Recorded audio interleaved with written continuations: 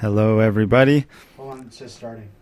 We are live at Radio Regent Park with the State of Mind podcast. Yep. And I am here with my brother, David Stroh. Hey, everybody. How are you doing? And we are going to talk about his experience, and I will let him explain most of it. I sometimes read something from the news at the beginning of the podcast, but today I am going to not do that, so we have more time to chat because there's a lot to cover and we may end up going into round two. So that's about it. I think I hope everybody is finding some contentment and ease in their life, and if not, that you are finding a way to do that. Yeah. I want that to go away. Okay. Excuse me. So, David, why don't you say hello and introduce yourself and maybe tell us a little bit about your experience with mental health and etc. Hi, my name is Dave Stroh. I've been diagnosed with schizophrenia, and I have been in and out of several psychiatric facilities in my life. It wasn't fun.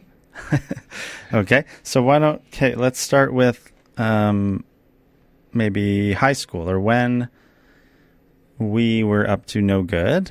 Yeah. And what I mean by that, I guess, is getting high and doing all kinds of things like that. And so from around that time, what started to happen, or when did this begin to be something you experienced a lot or dealt with? I think, the parents started noticing differences in behavior. The obsessive drug use was definitely an issue. And I guess they just felt, that I needed some help. Okay, so what you were telling me earlier about things seemed to be okay up until around grade 12. And then, so can you sort of describe what was going on then and what happened? Everything was great for me in school up until grade 13. I was getting great marks. So how were you doing that, though, with being stoned all the time and everything else that was going on? I was able to manage it at the time. Yeah. I don't know how else to say it. I just was able to manage. Okay. And then when OAC rolled around, everything just went downhill from there for me as far as my education went. I failed out of school. I finished, I think I was half a credit shy of graduating. I got half a credit in grade 7, so at 29.5 credits after grade 13. And so what started to happen that made it hard for you to go to school? I had terrible insomnia. Mm-hmm. That was really difficult. I wouldn't fall asleep till 4 in the morning. Have to be up at 7, and this was a constant routine for years. Okay, and that started to... Yeah, the lack of sleep, you also talk about that a lot. How did that play into everything else, do you think? I just think that with the lack of sleep, it causes psycho for me. Well, one of the factors. Yeah, if anybody out there wants to experience what psychosis is like, don't sleep for a few days, and you will be. That's a form of torture, right? Self-deprivation. So you can actually. I think one thing for anybody out there who's a parent of young children or has experienced extended periods of time with very little sleep, you can sort of maybe have an introductory idea as to really what starts to happen to somebody when they're not well. And as you said, too, you're getting high all the time and et cetera. You're not sleeping. And so, of course, some of the negative impacts on that are... I tried. In grade 13, I tried. Tried to what, sleep? Or well, I know I tried to go to school. Right, yeah. Get my work done, get my homework done. And it just wasn't happening for me at that time. And it was incredibly depressing. And I was suffering depression for a few years after that. And And I just had a general unwellness, I think, and the parents noticed it.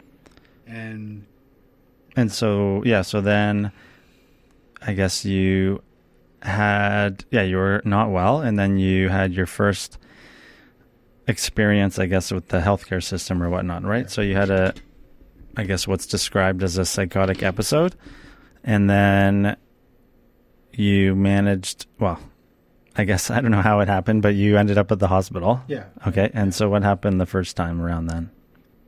First time through, I was put on a Form 1, I believe it's called, which is they keep you in the hospital for 72 hours for observation. And Is it against your will? It is, yeah. Okay, but there's a Form 1, a Form 2, and a Form 3. Okay. I can't remember for sure. Like how? I think Form 1 was the one they put me on. Okay.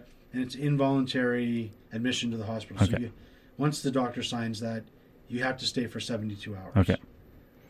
And when I left, they gave me some... what? So hold on a sec.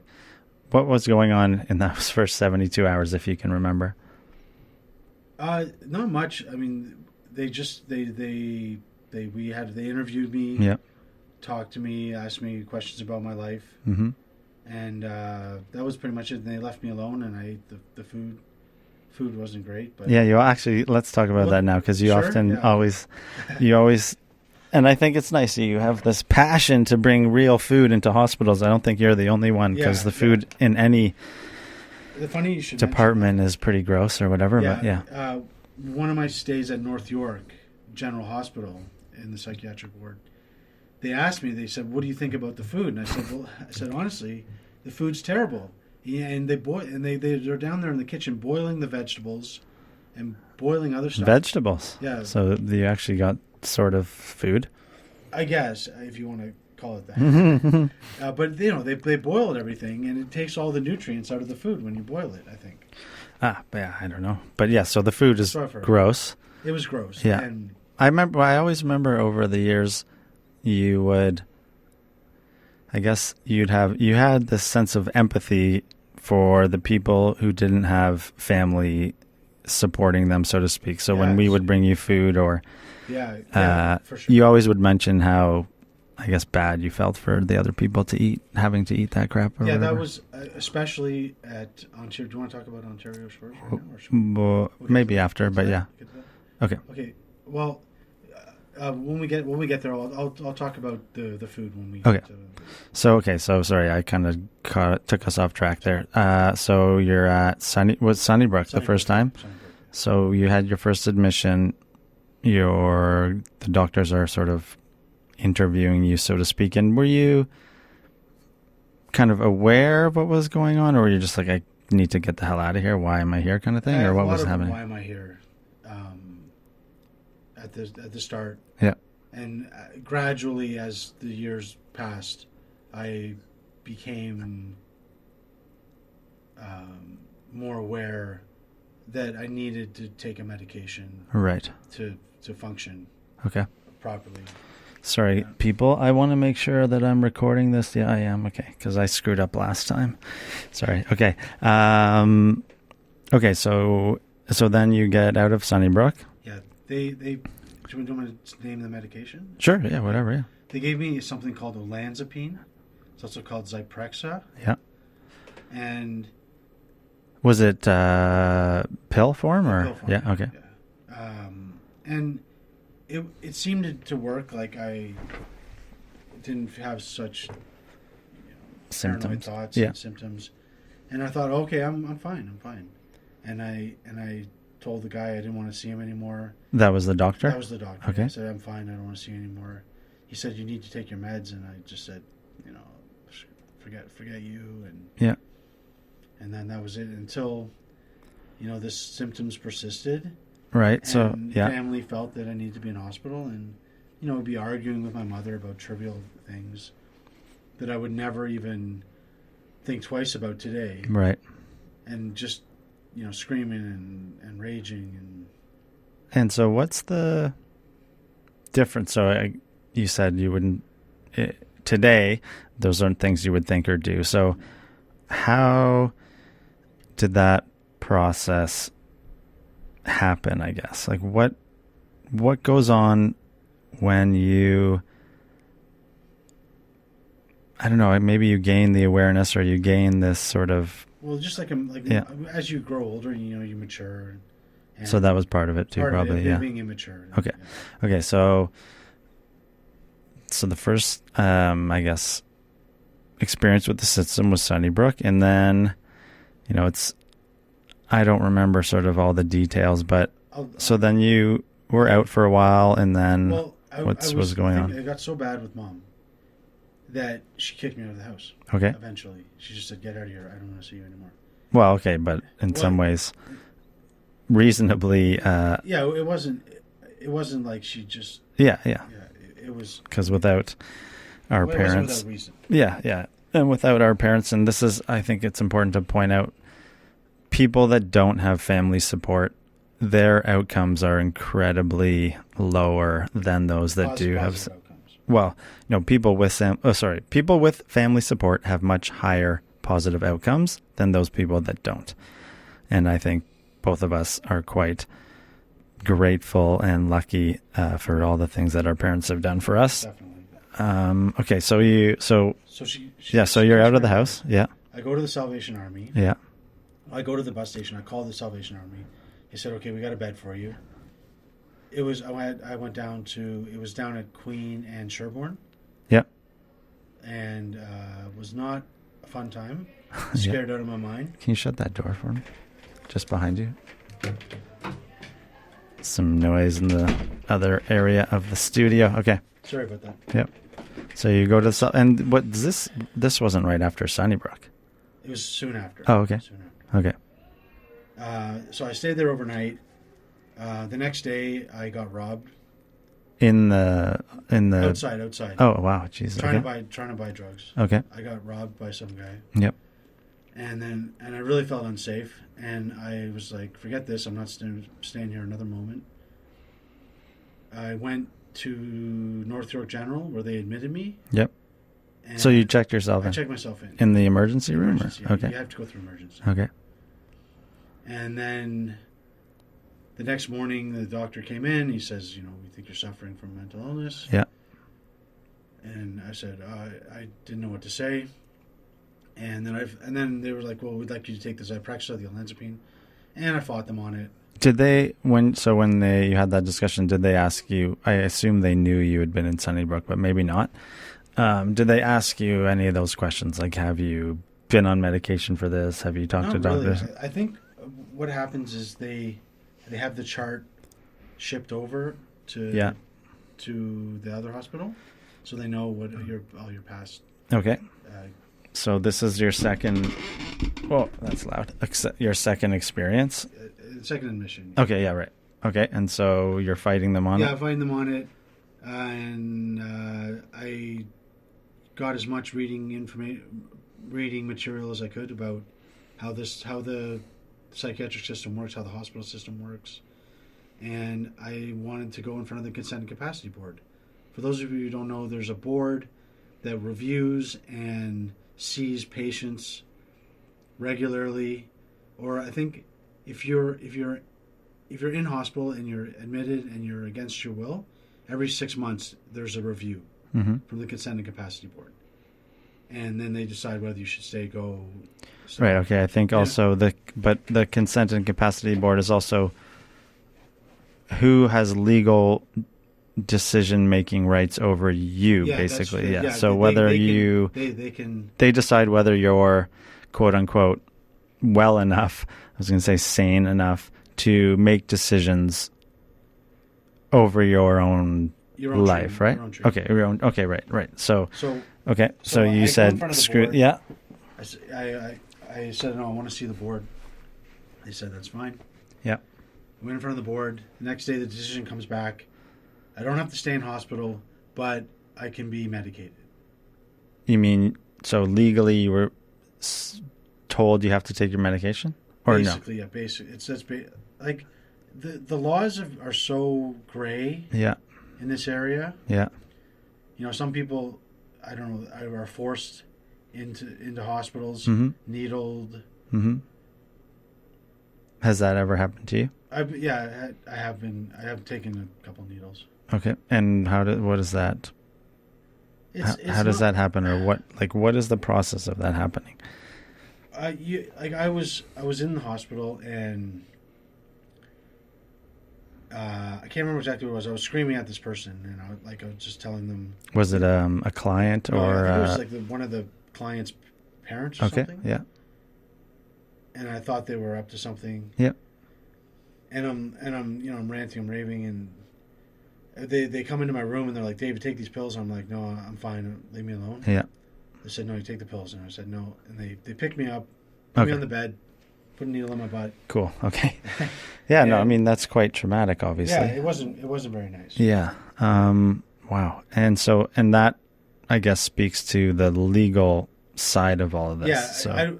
I don't know for sure if it's such a gray. It's so gray because they don't want people screaming and causing trouble. Yeah. At the same time, the government says you should have your right to refusal. Yeah. Right. Yeah. So it's a gray area. Yeah, I'd have to do some more research again. But. Sure. I think the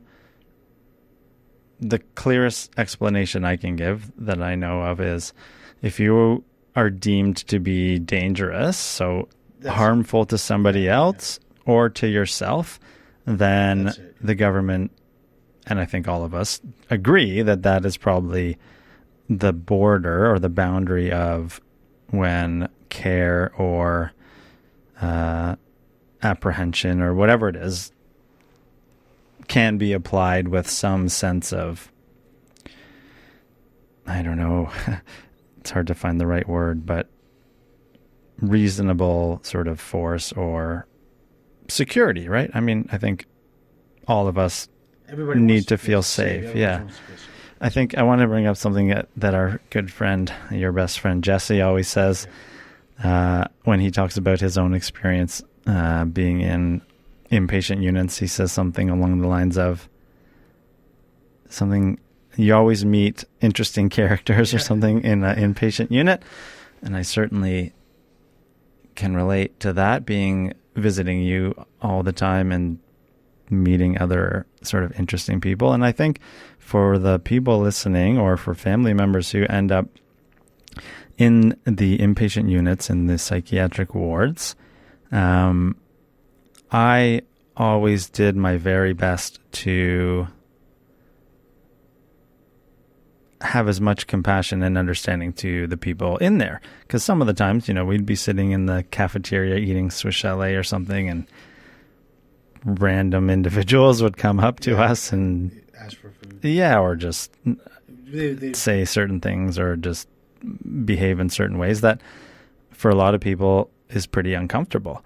And that's okay. I mean, it is uncomfortable in some ways, yeah. And to the parents and the kids, if you end up in a hospital, it's not the end of the world.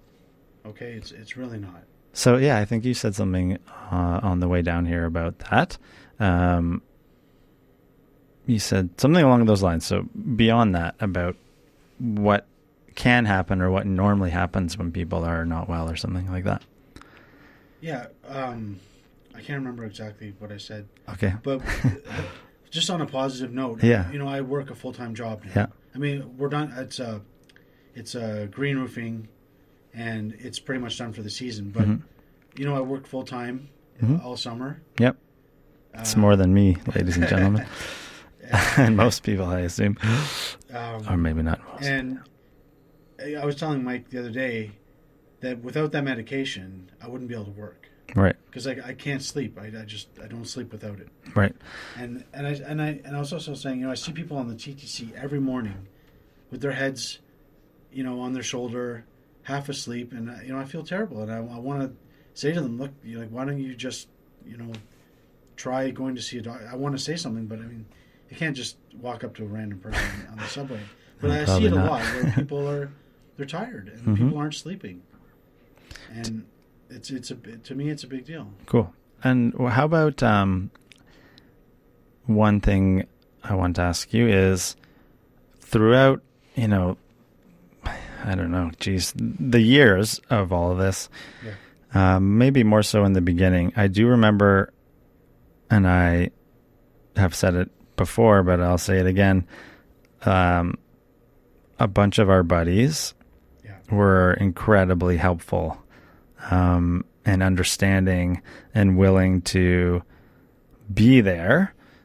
So remember Tuesday's Basement. We spent a lot of time there. Anyone out there who's listening is well aware of Tuesday's Basement. And there were a lot of times where you were really sick, and we would sit there, and it was just kind of like hanging out. And it was clear that you weren't well, but everyone just accepted you, and you were okay there, I think. I don't know. Do you remember sort of those times? I remember being in Tuesday's Basement. When you were not well? Yeah. Yeah. It was, Okay. For sure. And did you... Which one? What, St. Clair or the other one? I think it was mostly St. Clair. Mostly St. Clair. Yeah. So what was that? How was that for you? You know, you're not well, but you're in this room full of guys, and we were all doing things that probably weren't helpful, but doing things as in substance stuff.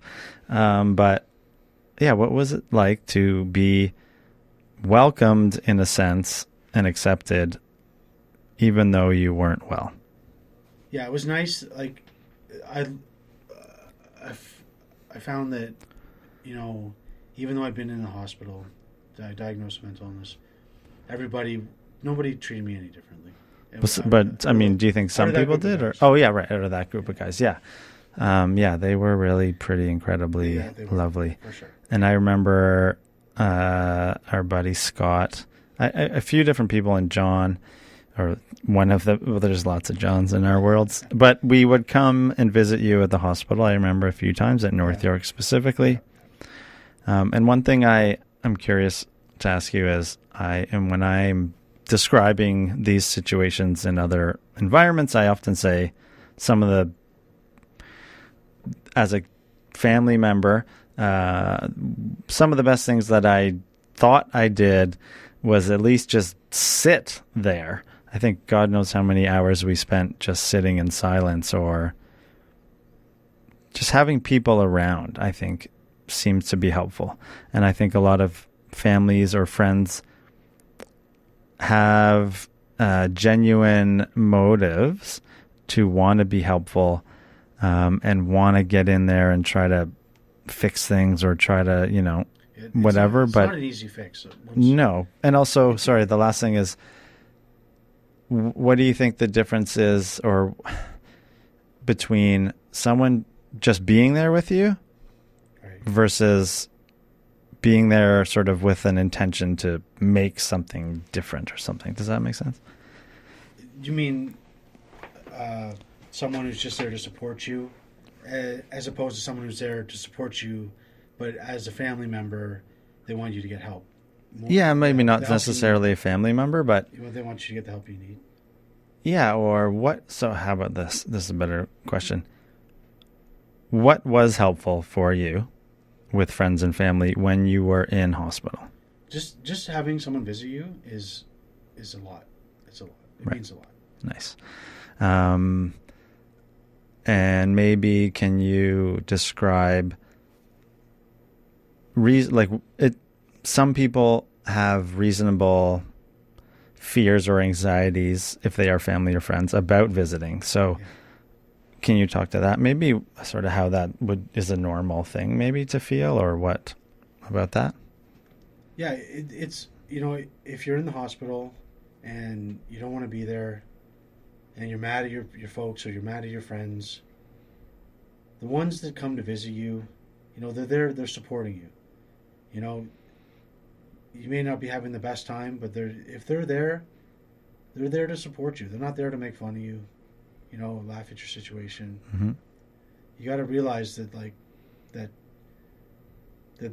they're there for a reason, and they want to help you. Cool. And it's not, they're not joking around about your situation. Right. It's a genuine appreciation, I think, of your situation, that when people come to visit you. Okay. And I was thinking about the period. So the last sort of in our somewhat scattered timeline here, you had checked yourself into North York General, right? The Consent and Capacity Board. They released me, right? but I had to take medication. Okay. And was that the start? Because there was a period of time, a few years actually, where you were in pretty good shape. Yeah, it was. Was it around that time? So was this one of the times that you had an extended period of wellness or whatever, or was... Just, taking the medication regularly. Because then, do you remember you stopped smoking, you stopped drinking, you were running? Yeah. It was somewhat hard to believe what you had done.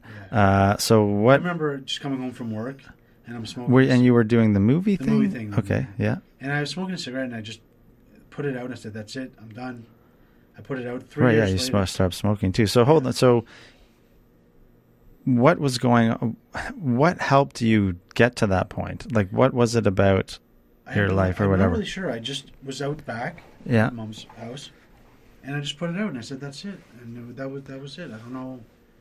But then you just, you were running. Yeah, I mean, you were doing all kinds of really impressive things. Yeah, I think that's how I was staying well as well. Right, okay. And today, we're playing hockey 2 or 3 times. I'm playing hockey 2 or 3 times a week.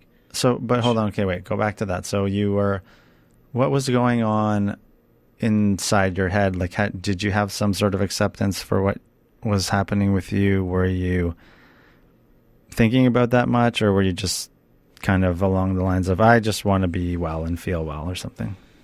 Yeah, I think that I recognized that I needed to take medication. Yeah. And once I recognized that, then things sort of start to go better in your life. Okay. Okay, so it's hard to sort of know the timelines. Okay, so then... What are you thinking? I'm just thinking about the time... Well, sort of how... Was this around the time that we started playing poker? Yeah, when we lived together? Yeah. Yeah. That was sort of when that started? The jogging and stuff? Yeah. Yeah, it was about that. We were playing poker. Okay. And... So we were playing poker and we were winning some money, and then... I was working a little bit, a couple right. And it was difficult. The film industry, it's so... sporadic or something, is yeah. a good word to put, yeah. You work for a while, then you don't work, and... Right. And there's long hours, and that just killed me. It was the hours were so much, I had to stop working. Right. I remember consistently being dumbfounded how you just stopped doing all these things, because personally I was not able to do that. And then I don't know how to explain it. Yeah. I just put the cigarette out, and that was it. Yeah, it's amazing. Okay, so you're working, you're exercising, all these things are happening, and then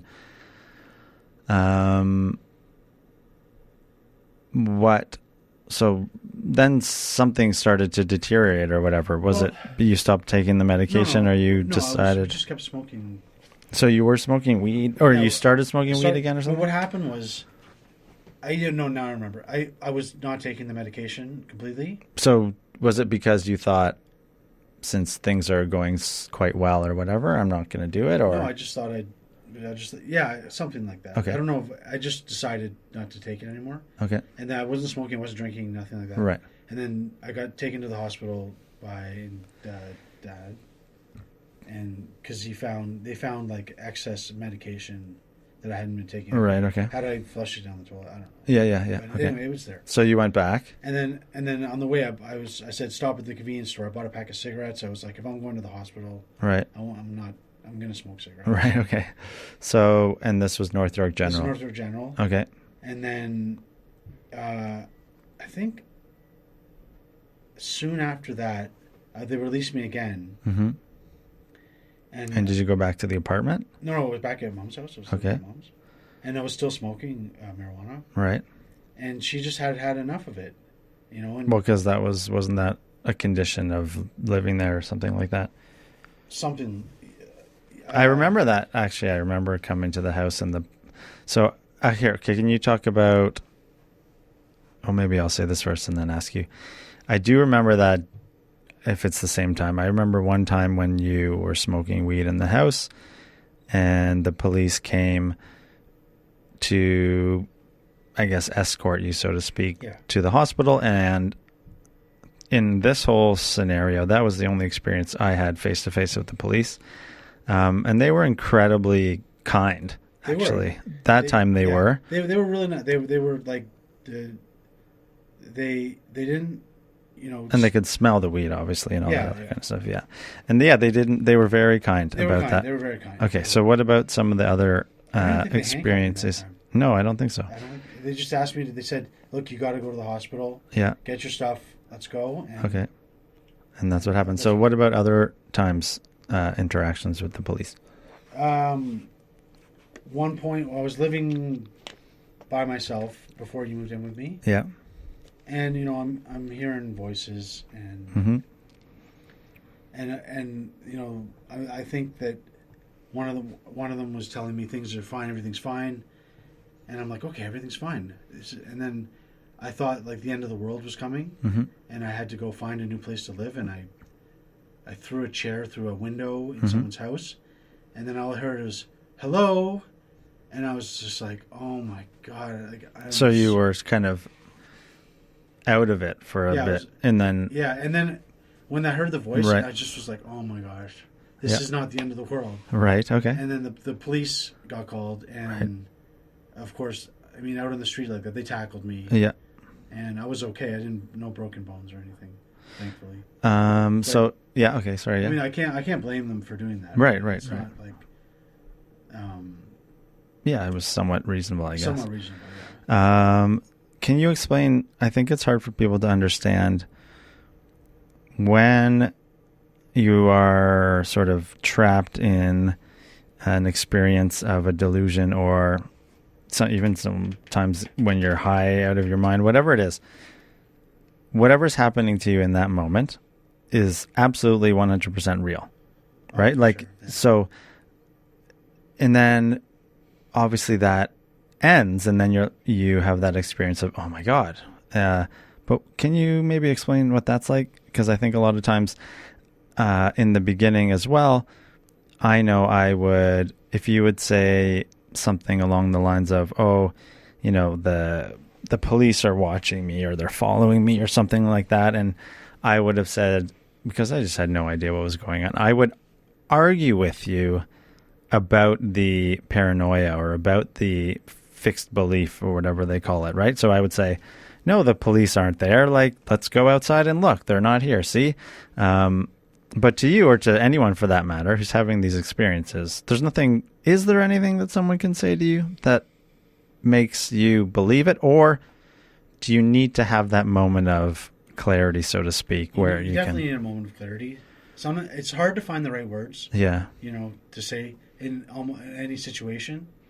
You know, you're not always going to say the right thing, or the most appropriate thing for that moment. For the person who's trying to talk to you about it, or you personally, you mean? Just in general terms about anything in life, really. Oh, yeah.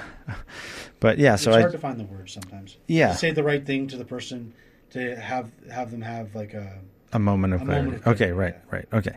Yeah, because I think that's really hard. So what I do know, some of the things that now, in retrospect, I know would be more helpful. And I know, you know, with little kids, I have little kids, and just not trying to argue with people about their experience of reality in some sense is really helpful, because I think we often get caught up in our own emotional turmoil, wanting this person to see things the way we see them, and how could they look at it this way? But just, I know,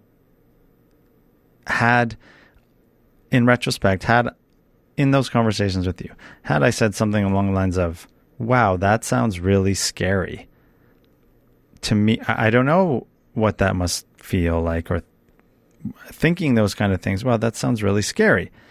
And that's it. Like, I don't have to argue with you over what I think is happening. And I think that's a big helpful thing for people out there who might have family members or friends that are in rough space. It's just, you don't have to make them see things differently. You don't have to argue with them or get them to do something that you think they should do. I think it's really helpful just to honor or acknowledge, and validate is another word. You just need to validate someone's experience as real. And when people have the sense of being validated, then their guard comes down, and generally it comes down if they trust that it's sincere. And then you have an opportunity for discussion, or at least you have opportunity for some sort of communication. And there's also a lot of neuroscience behind that in the way our brains work, our sort of mammalian brain, our old ancient brain that is very animalistic. If it senses fear or danger, it's going to put up the defenses, and there's nothing you can say or do to get around that. So sometimes, no matter what you say, right, it's not going to be the right thing. So. Right. Yeah, that's a great point. Yeah. So there you go. Sometimes you just can't say anything, right? And maybe to acknowledge that and not say anything is probably helpful. Okay, so the second time around, or as this extended period of care you were having, going through, you stopped taking the meds, so to speak? Yeah. Wait. Sorry. Yeah. Sorry. You were describing the being in out a break from reality, which is a psychosis, and then the encounter with the police, and they tackled you, and then they brought you to where, jail? Yeah, they took me. I went to jail. Okay, to where? To the Dawn? The Dawn, yeah. Okay. And I stayed there. I think it was 4 or 5 days, maybe. And I think from a family perspective, I don't think that we knew that you were there, at least at this point. Yeah. And so, I think this might have been the time when I went at College Street at the courthouse. Okay, so you're in there for 5 days. I think we managed to find out that you were there, right. Which was also actually quite difficult to do because I don't think the police, so to speak, are necessarily allowed to give out that information. So I'm not sure how we figured that out, right.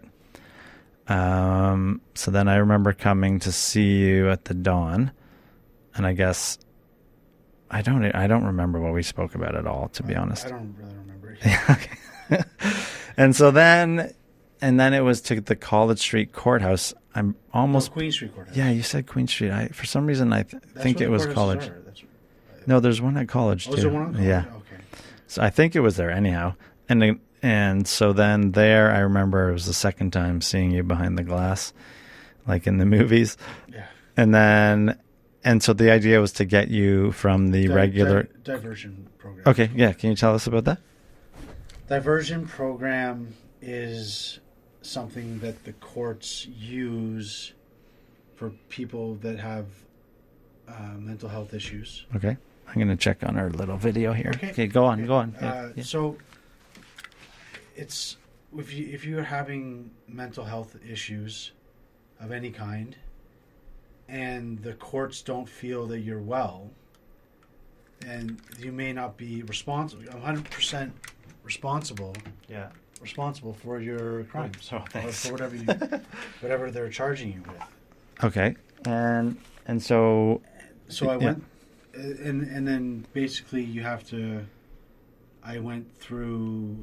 Well, I'll talk about the second time. Another was a different time. Okay, but diversion is they basically, if you are a good person they're trying to rehabilitate. Yeah, in this sort of sense, right? Okay. And if you're good and you're well on good behavior. Okay. And they I can't remember what they call it. You slowly. Well, I assume it's something along the lines of you get your rights back or something like that. Yeah, I'm able to leave the country, and some people who have criminal records can't leave the country. Right. Okay. I don't know. So you sort of get I'm not sure about all the details of that, but that's okay. So then. Yeah, I'm trying to remember in the timeline. Okay, so then was that I don't remember. Let's see how much time we got here. Okay, so so where were you living then? Okay, so we got you into the diversion program. Yeah. And do you remember where you were living then? I was living on Bathurst. Okay. And then you came to live with me. Right. Which probably wasn't helpful. But okay, so we were living together, and that's when we were doing that's when I was doing the Canon band stuff, I think, right? That was really cool. Okay, and those guys were really kind and helpful. Yeah. And so that was sort of, I remember it wasn't good It wasn't good for either of us. No, it wasn't. And so then, I moved back in with Mom, okay. and then I think one of your friends moved in with you. Yeah. And then, okay. Yeah. And then, but then you ended up moving out again, right? So were you well? You like, Obviously not. because, well, okay. So, but you, I thought it was okay. okay. And were you working? Do you remember? I was working, and we're living in a rented condo, and there was some nefarious things going on. Okay. Yeah. So you were with somebody else, So right? it was somebody else. Okay. Yeah. And the police caught up with us again. Yep. Or me specifically. Yeah. And I was taken to the Dawn again, Okay. where I spent a week there. It's not a fun place to be. One guy, I got punched in the face. Yeah. And another guy was trying to fight me, and I kept walking away from him. He wouldn't leave me alone, and I just basically said, "Dude, like, leave me alone." Or I don't know, you have to. Jail's not a fun place, and sometimes you have to stand up for yourself. Yeah. And he left me alone after that. So luckily, there was no. And were you were, I assume you weren't very well, so to speak, but how, and so then you're in the Dawn, and then I can't remember if we came or not, did you go into a diversion program or something, or what happened exactly? I was in diversion program again, and I also took I don't know, it was a class or a program at CAMH for drug recovery. Okay. And the court's happy to see stuff like that. Right. And things went well. So my case was diverted again. Okay. And then what brought you to Ontario Shores? Ontario Shores. So that was around the same time, I think, right? It was very close to that time. Okay. Ontario Shores is a long-term healthcare facility that I ended up at. Yep. So what happened was I came home from work, and I had a joint, and I was going outside to smoke it, and my mom says, "Hey, you got to take your medication." And I was like, "Yeah, I will." And then I just walked past her and went outside. Next thing I know, the ambulance shows up, and they're saying, "Oh, you have to take your medication." I said, "I'm going to as soon as I go inside." But at that point, it's too late. They're going to take you to the hospital. So I ran, and the cops picked me up again, and that was fine. They cuffed me, and nothing. They didn't do anything other than that. Okay. Took me to the hospital. To North York? North York again. Yeah. And then the doctors decided that I needed to go to the long-term healthcare facility for a while, which is Ontario Shores, which is in Whitby. And it's the facility's nice. There's a basketball court. They gave me privileges right away to leave, because I never. If you try to run from the hospital, it's not a good idea. It's just not. Okay. It's like running from the police. Yeah. I was sort of thinking that. Yeah. Okay, so I end up there. Yeah. I had some money. I was getting ODSP at the time, so I had some money. The food was awful. I felt terrible for the people that couldn't afford to not eat the food. And luckily, I had enough money to go to the Tim Hortons, get a coffee in the morning, buy some. There was a restaurant up the street, and there was a cafeteria. And one of our cousins, who was very lovely, took you to go play hockey or something. Right. One of my cousins. Yeah. She was so kind. She took me Monday, Wednesdays? It was either 2 or 3 times a week.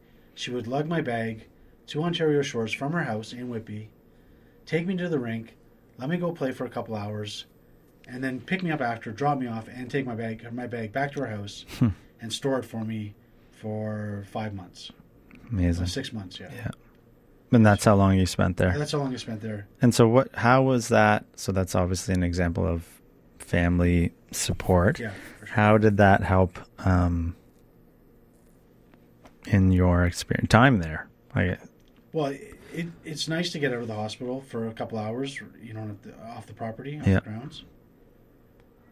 And did you guys talk much about anything, or just not really, normal just stuff? Normal Right. Yeah, I think sometimes also people think, you know, you have to say the right thing, or you have to whatever, find a way in there. But I think most of the time people just want to have normal conversations because you want to feel quote unquote normal, or you don't want to have to focus on, I guess, the problem all the time, I guess, right? Kind of thing. So I was there for 6 months. And what type of healthcare was going on there? What were you learning about? What were they doing for you? How did that work? I saw the doctor about once a week. Yeah. What about like a social worker or a therapist or anything like that? There was a psychotherapist that I saw once a week, and we just chit-chat. And was that helpful? A little bit. We only saw her. It only happened near the end of my stay there. Yeah. So I only saw her about 3 or 4 times. And why did it only happen towards the end? Because I think they brought them in. They were just starting to bring the psychotherapist into the hospital. Right. Cool. And then, so I saw her 3 or 4 times. We didn't get, not much was really accomplished. Right. It was nice to talk to somebody. I bet, yeah. And what about, was there any group care or group therapy going on? There was like, we did, was that? I'm trying to think. If it was at Ontario Shores or not. But we had this like cooking thing where we would go to the supermarket and get we did nachos one time. So someone would get the cheese, someone would get the olives, the jalapeno, stuff like that. And so we did like a cooking class like that. So that was nice to do some group work like that. It was I bet. Yeah, there's something quite nice about eating with people and preparing the food and cooking it and et cetera. There was also a poker game there that I played in. I did pretty well. Yeah, I remember. I remember you talking about that. We used to play all day. We played for quarters. It was great. Yeah. Or pennies, I think you even said. No, every chip was a quarter. Oh, okay, got it. So we played every chip as a quarter. Nice. Yeah. I know Jesse, our friend Jesse, in the consumer survivor or the peer mental health community, the Ontario Shores, he always says, is affectionately known as the spa. So compared to all the other places you went, it was by far sort of a nicer quality or something in terms of care, in terms of the space. The space was nice. You could go and pick up a basketball whenever you wanted. And it was on the lake too, was it not? It was on the lake. Yeah, it was right on Lake Ontario in Whitby. Nice. And did you guys ever go out to the water and sit there or do anything like that? No, I don't think anything like that. They probably may have worried that people would jump in and go swimming? Yeah, something like that. I mean, I don't know. Yeah. That's interesting. The grounds were quite big, though. It was really. And were you on the same medication, or what was that part of that stay as well? Finding the right medication. It's the same medication I take today. Right, and I assume throughout those 6 months you came. Oh, we didn't. We wanted to talk about, other stays that you had or interactions with doctors and healthcare providers. Right. You were really frustrated and angry, and maybe I was frustrated maybe not accepting what was going on, which fuels the anger. It does. It's hard to accept that you need help. I think everybody's maybe in that same boat at that time. Mm-hmm. It's just hard to say I need help. Yeah. Our society is built on, people being strong in the workplace, mentally, and when someone has a breakdown, sometimes it's not like you have health coverage. You break your leg, okay, you're off work for 6 months, but the doctor says you're depressed, and the insurance company might say, well, we don't agree. Right. It's not like with a broken leg, you look at the X-ray. Well, it's a broken leg. Right. But with mental health issues, one doctor might say, "Okay, yeah, you're suffering depression. You need to stop working for a while." And then their doctor, the insurance company doctor, would come along and say, "Well, I don't see it that way." Right. And then we're going to fight you on the long-term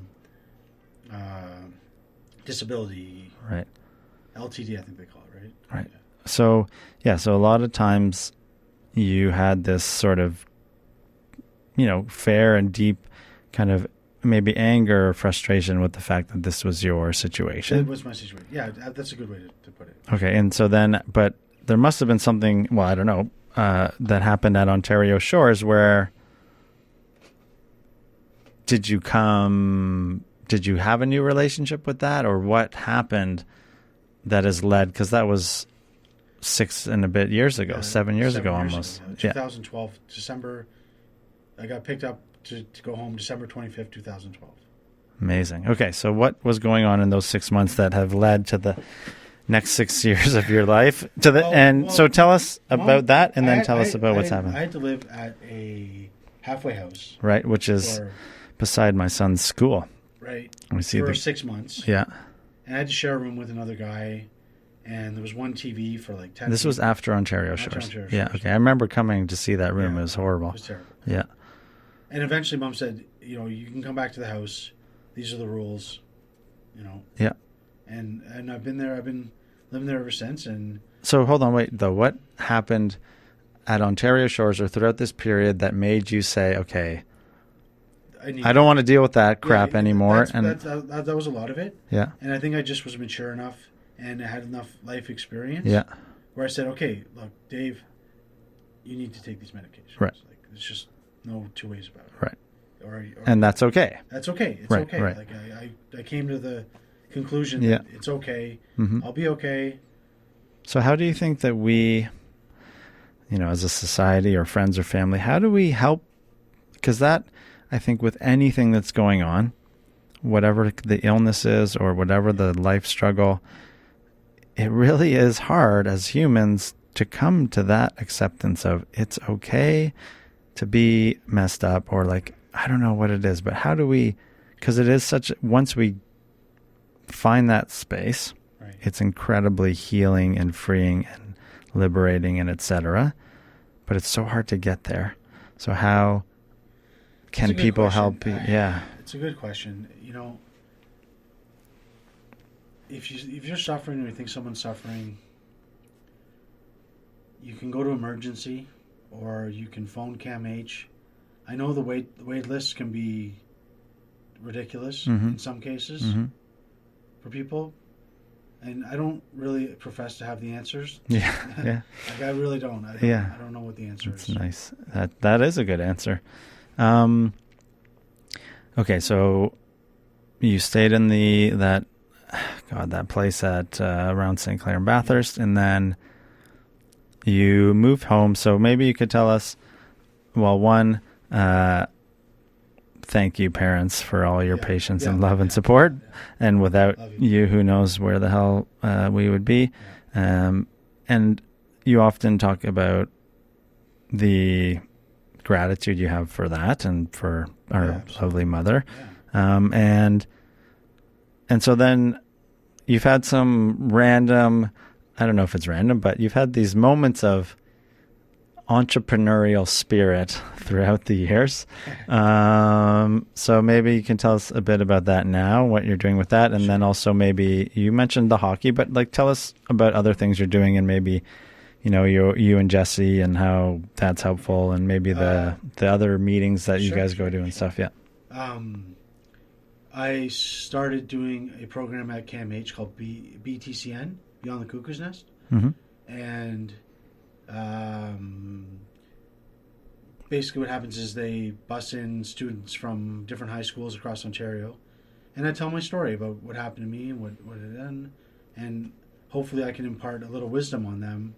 I'm not saying, stop doing drugs, because it just doesn't work. Mm-hmm. I try to send a harm reduction message the best I can. Yeah. And how does it help you emotionally, or what does it do for you to be there telling your story honestly and having those interactions with the kids?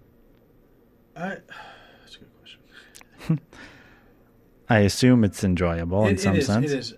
It's relieving and rewarding to be able to tell your story. And just when you look, I often read from a paper, and when I look up and you just see, nobody's twiddling their thumbs and everyone's paying attention. It's nice to know that they're listening. Yeah, right? beautiful. Yeah. Okay, so you do BTCN. And what else do you do I'm for yourself? working. We're almost done for the season, but Yeah. I was working for a green roofer. Yeah. So we work on new condos and built condos. Right, and Green basically roofing. it's pretty incredible. But so you actually, and this is something I've never been able to do, you go to bed early and you wake up really early, Yeah, really early. and you freaking take the DTC wherever you need to go, right? Yeah, yeah. For the most part. Amazing. And you work long, hard days too. Yeah, we work hard for sure. It's good for me physically and mentally. Mm-hmm. You know, to get up early, go to work. I get to work outside all day, and lifting heavy saw. And does your employer know about your health situation? No, he doesn't. Okay. Yeah. And do you care if he does? No, I don't care. Yeah. Okay. Cool. Because Because it's not you're. like I'm not just gonna like walk up to him and say, Of "Hey, man, course. Yeah. Of hey, course. man, I got this mental illness." Yeah. Of course. But I think your actions speak for themselves, right? Like Yeah. you're on time all the Yeah, time. I'm You always- work hard. Yeah. I've been late maybe twice in 2 years. I've been working for the guy. Amazing. And Yeah. one of the times my alarm didn't go off, and the other time I think I thought I hit the snooze, but I turned the alarm right off by accident. Right. So That's funny. Okay. And so what about your entrepreneurial ventures or spirit yeah, that comes out now and again? I don't know if you guys can see. This is my hat and my shirt, and it's called Davy Boy Brand. Yeah. So I took a lowercase d and b, folded in, cut out the center. But the thing that I love about it is the dimensions, the ratio of my rectangle Yeah. is pi to 1. Okay. And what does that mean? Pi is they known as the golden ratio. Uh-huh. So if you were to take a circle and draw a line from the center of the circle to the diameter Mm-hmm. and multiply it by 3.14, or sorry, if you divide the circumference, is it the circumference? I'm not the right person to okay. ask. So if you take a circle and Mhm. you divide the total length of the circle by the diameter from the center to the edge, it ends up being 3.14, and the number divides on forever. It Okay. never ends. So that's known as the golden ratio. Okay. So that's the ratio that I've. And does it have some sort of special meaning for you, so to speak? Not really special, but Okay. I'm just had a moment where I thought up the rectangle. Yeah. And I was going to get a hat made at Lids, and I said, "Oh, pie," you know. That was Okay, cool. On my way to literally on my way to the store.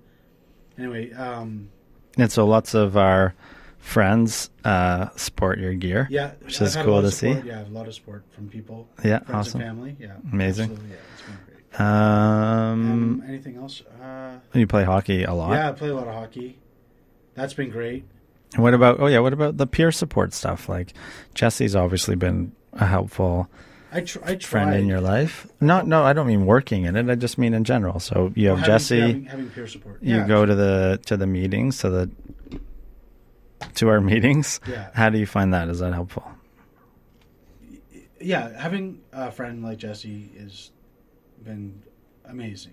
Cool. And what about our meetings that we go to? How do you find those? I mean, you keep going, so Yeah, there must well, yeah. be something about it.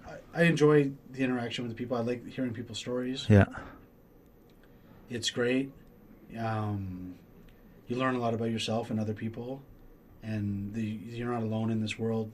You know, if you're having drug issues or mental health issues or emotional issues, you know, you're not alone. You're not the only one. There's hospitals that are built for people with, Right. right? I mean, like they're there. They're there, right? That's awesome. And so there we are, basically towards the end. We are probably going to have round 2 at some point. Maybe we'll bring Jesse in, and the three of us can get into some of these things more. Any other last thing that you want to say? No, I think we covered everything. Okay, yeah. I think we are both eternally grateful to all our friends Yeah. and family that have helped along the years and continue to. We love you very much, and our parents especially. Yeah, I love you, Mom, Dad. And my wife, I must include in that, and my lovely children.